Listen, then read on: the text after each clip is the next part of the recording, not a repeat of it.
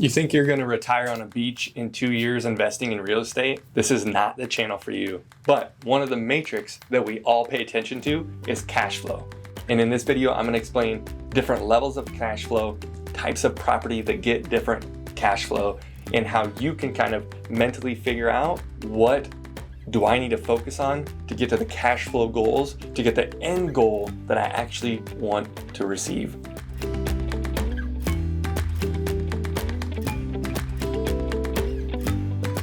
Hey, my name is Darson Grantham. I'm a real estate investor and realtor here in Des Moines, Iowa, and I work with people of all capacities when they're investing in real estate. I got into real estate after we got out of all debt and tried to figure out what do we really want with our finances. I started investing when I had a W-2 job because my goal was to get out of the rat race. Now, I was an entrepreneur. I had lawn mowing businesses, pest control company, but I always had a W-2 job.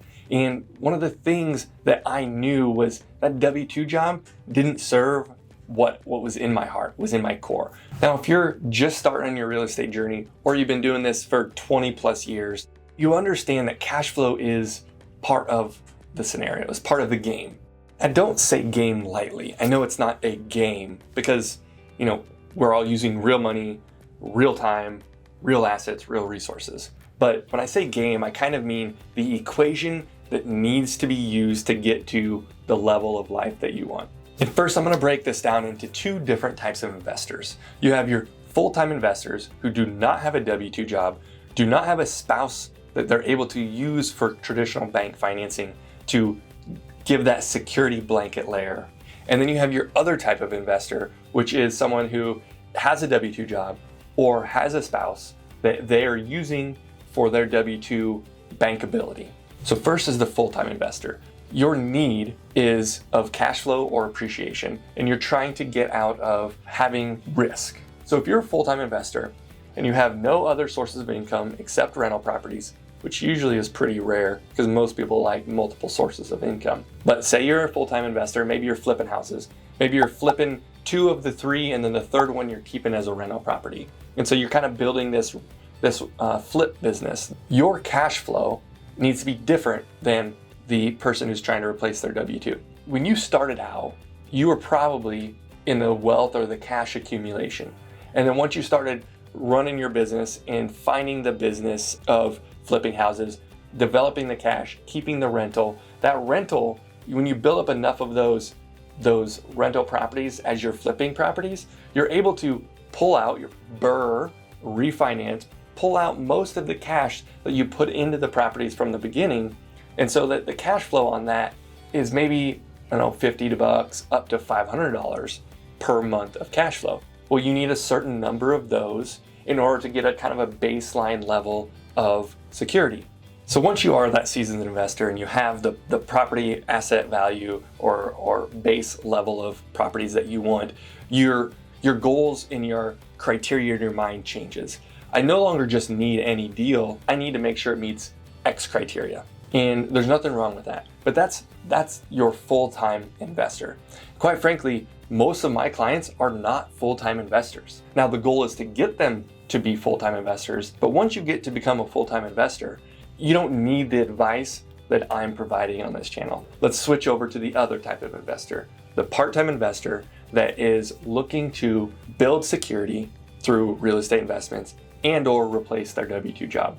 For example, this morning we had a morning investor meetup, and it was a coffee, and one of the guys came and he said, you know what, I'm a CPA. I am not going to do this CPA crap forever. I'm 25 years old. I just want to buy rentals, 10 in the next 3 years, and then I'm going to be done with my W-2 job. I'm going to go backpacking in Asia. That's fantastic. That is where he's at in his life, and that is a very specific goal that is completely achievable.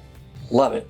Other part-time investors might be looking to replace one of the spouse's jobs so that they can stay at home with the kids. Love it.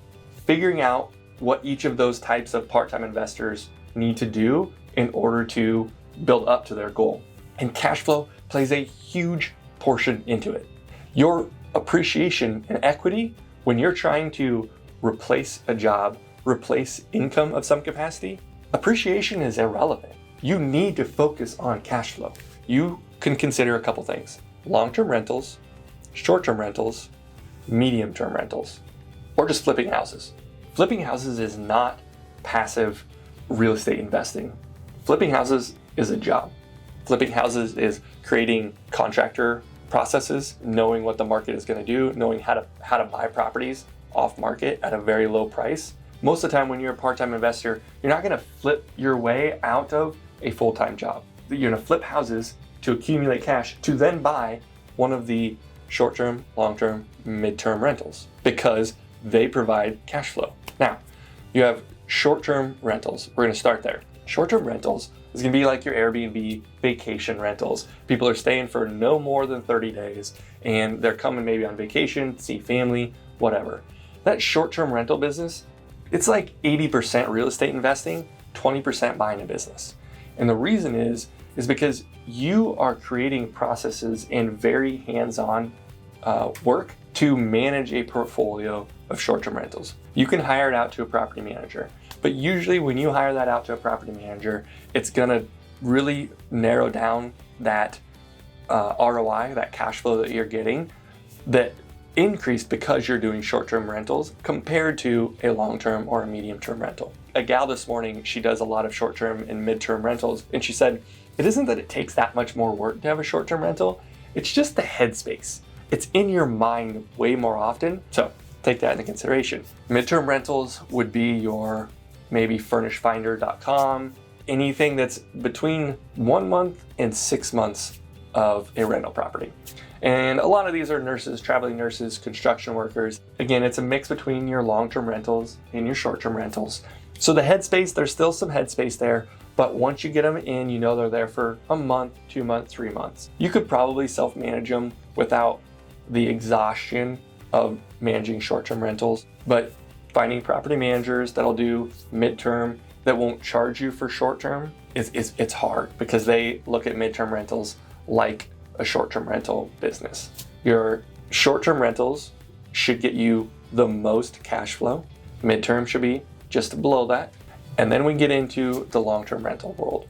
Up until 10 years ago, everyone built their business of real estate on the long-term rental model. And in the long-term world, your cash flow is going to be much, much lower than your short-term or midterm rental properties. And the reason is because it's very hands-off.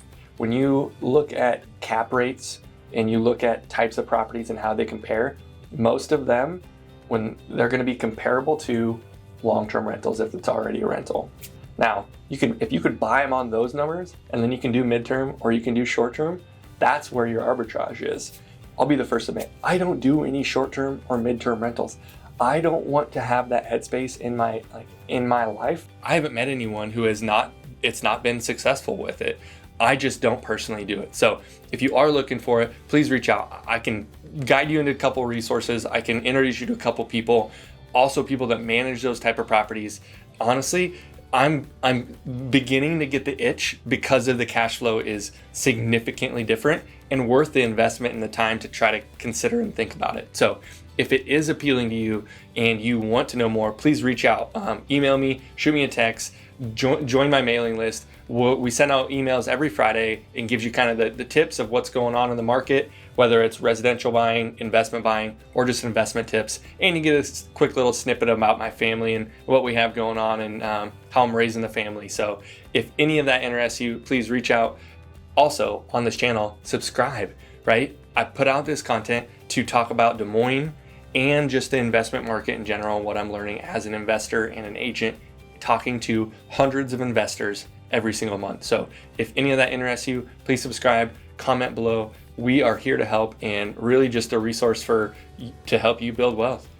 Until next time, see you next time.